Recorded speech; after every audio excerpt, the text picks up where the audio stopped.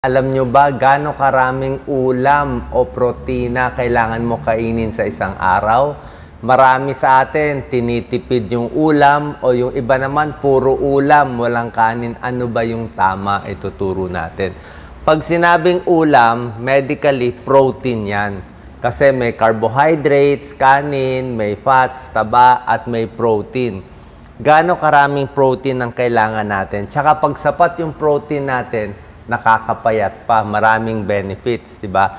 So, ano yung sapat na ulam, ano yung sobra na ulam, ano yung kulang, ituturo natin. So, ang protein, recommended, ang minimum is 50 grams of protein in a day. Explain ko mamaya kung gaano kalaki ito. So, ito yung mga pagkaing mataas sa protina.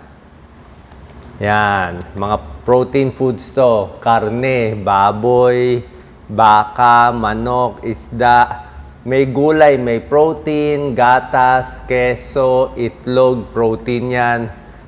Ang carbohydrates, puro kanin. Kanin, tinapay, yan ang carbohydrates. Marami sa Pilipino, puro carbohydrates. Kulang tayo sa protein. Kaya ito yung minimum mo, 50 grams. Depende sa laki ng tao. So, ang protein, kailangan natin yan para sa muscle. Pampalakas ng muscle. Ayan, no? For energy, kaya nagkakalaman tayo. Pati sa buto, kailangan mo rin ng protein.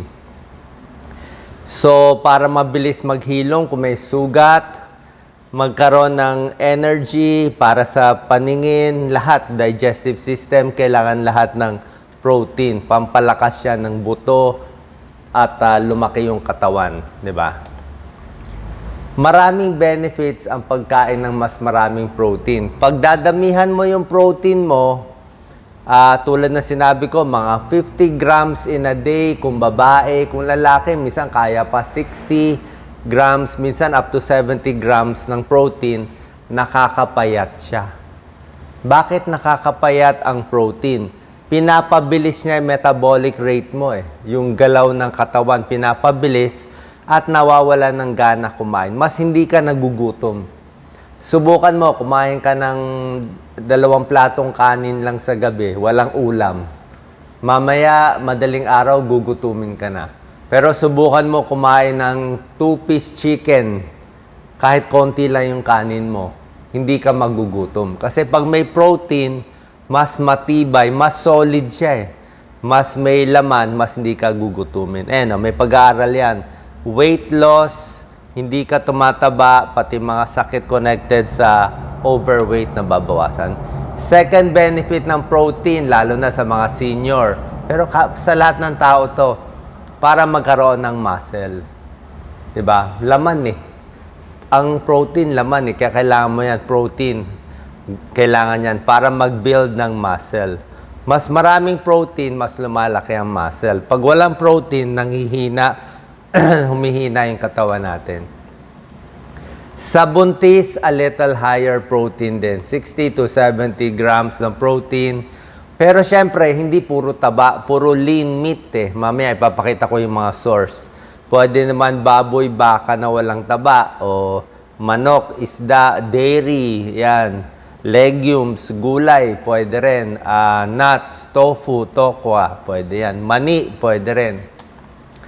Maraming benefits ang protein, sabi ko, sa immune system, muscle, bawas gutom, mas nakakapayat, kahit sa blood sugar, stable din, at marami pa ibang benefits.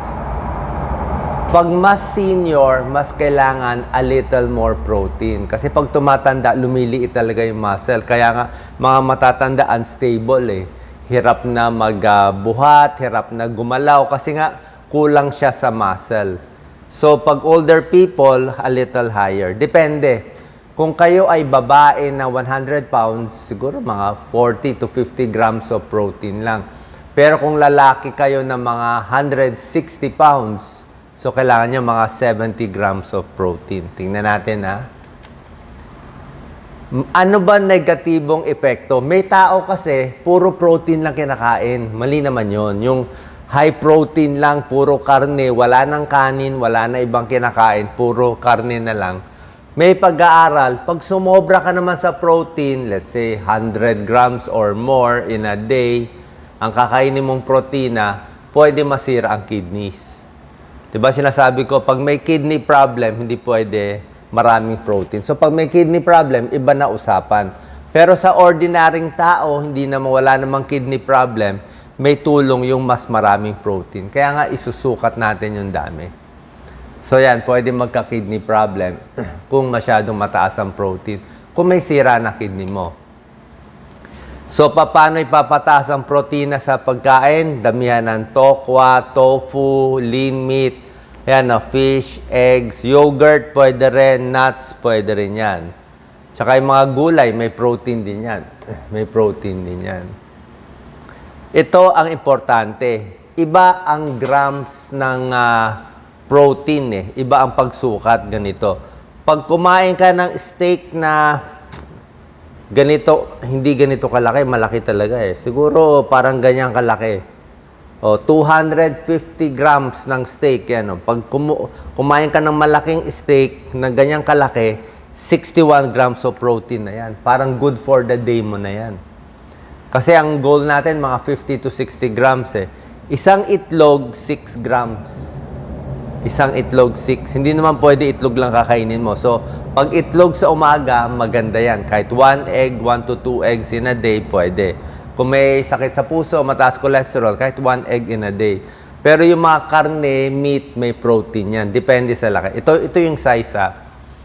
Ito ang 30 grams of protein. So, pag goal natin 60 grams of protein, kailangan 2 nito sa isang araw, minimum kakainin nyo. Gano'ng kalaki? Tingnan nyo yung chicken breast to, 130 grams lang naman yan. Ulam na yan eh. Yan, mga 1 piece, 2 piece chicken yan siguro. Yan, a little, medyo maliit sa 2 piece chicken sa tanghali, sa gabi. Pero syempre, kung prito lagi, hindi maganda. Gawin mo na lang itong ibang luto. Pag steak, 150 grams, maliit lang yan. Yan, para lang siyang pork chop size. 2 niyan sa isang araw, pwede. Pag salmon, 150 grams din. Ayan. Yan namang option mo. Diba? Pag sa egg, masyado marami kung puro egg lang kakainin mo. 5 eggs, hindi man pwede. 1 egg ka lang. So, ganyan yung laki 2 times in a day. Okay? So, kailangan mas pag kulang kayo sa ulam, dadamihan ng ulam. May other sources, mga tokwa, ibang mga beans, munggo, may protein din, mani, may protein din yan. Yan ang average nga. Pag lalaki, mga 56 grams of protein. Tulad na sinabi ko, 2 portion, 2 ganyan. Kung dadami pa konti, okay din naman eh. Lalo na pag senior eh. Yan, Pag senior, medyo mas marami konti kasi nga kailangan mo ng muscle. Ang nanghihina sa senior, alam nyo, makita nyo talagang lumalawit yung ano nila dito, yung balat, paano wala ng muscle. Pati sa hita talaga nawawala. Mainly sa legs nawawala yung muscle. Kaya nga natutumba ang senior eh. Lumiliit ang protein. Lumiliit ang muscle, kulang sa protein. Ayan sa senior, 70 grams nga ang gusto nila eh. Sa malaking lalaki na 160 pounds, 70 to 90 grams. So, yung meat na pinakita ko, hindi lang 2, mga 3 nun. Diba? Kasi pag puro ka na lang kanin, puro na lang noodles, walang ulam, manghihina. Kulang ang ulam nyo. Okay? Yan ang kailangan natin sa protein. Yan, daily needs ng protein. Mas tumatanda, mas kailangan mas maraming protina. Maraming tao kulang sa protina, lalo na sa mga mahihirap na bansa. Anong tips natin para maparami mo yung protein mo? Okay? Sa murang paraan. Ito yung mga protein, Gulay, pwede rin yan. Ito yung mga sample na luto. Filipino foods. Ano ba to, Doc Lisa? Giniling, itlog, gulay, pechay. More protein, walang kanin, Di ba? Walang kanin to, di ba? So, mas okay yan. High protein, pero may carbohydrates na rin naman yan, Dinamihan mo lang ang protina, mas lalakas kayo dito. Hindi pwede 2 plato, only rice, tapos ang ulam na maliit. Kulang yun. Diba? Sa breakfast, lagyan mo ng mga nuts o seeds. Yan, mani. Pero dapat ang ilalagay mo, walang asin. Yan, protein yan. Itlog, protein yan. Hard-boiled egg, yan. Yogurt, protein din yan. Sa salad o dito sa sandwich, damihan mo yung laman konti, di ba? Dadamihan mo yung slice ng laman, babawasan yung tinapay.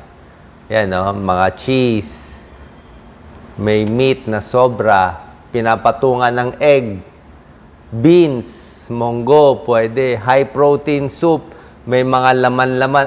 Alam ko mahal eh, di ba? Doc Lisa, yan ang problem, di ba? Mahal. Mahal yung laman eh. Kaya lang yun po yung pampalakas eh. Okay? Ito, steak, ito malaki na to. Siguro ganito lang karami sa kainan. Minsan beef, wala naman taba. Ito chicken, no? Chicken breast, oh, lean meat yan, no? Grilled pa, hindi pa siya prito. Ito, napakaganda nito. Siguro isang kainan ganito, 30 grams. Pag dalawang ganyan, 60 grams na yan. Good for the day na yan. Isda, pwede rin. Ayan, no? O, kung gusto nyo, bangus. Diba? 25 grams of protein. Eh. So, mga 3 ganyan pala kailangan mo sa isang araw sa mga lalaki. Ito, high protein foods din. Para may idea kayo, dadamihan yung protein. May kanin ka pa rin naman eh. Pero yung proportion, a little more. Hindi pwede yung katiting. So, high protein foods, chicken, fish, milk, yogurt, eggs, oats, avocado, chickpeas. Anong chickpeas, Doc Lisa? Garbanzos. Ayan o, yan ang mga sample ng high protein foods. So, binabawasan mo yung kanin mo. Tulad nga ng turo natin, bawasan yung kanin, damihan yung gulay, at kailangan mo more protein kung gusto mo nga magpapayat, kung gusto mo lumakas yung muscle mo, di ba? Ito ang kailangan natin. Sana pa nakatulong to para at least ma-adjust nyo yung pagkain nyo para mas lumakas at maging healthy. Salamat po.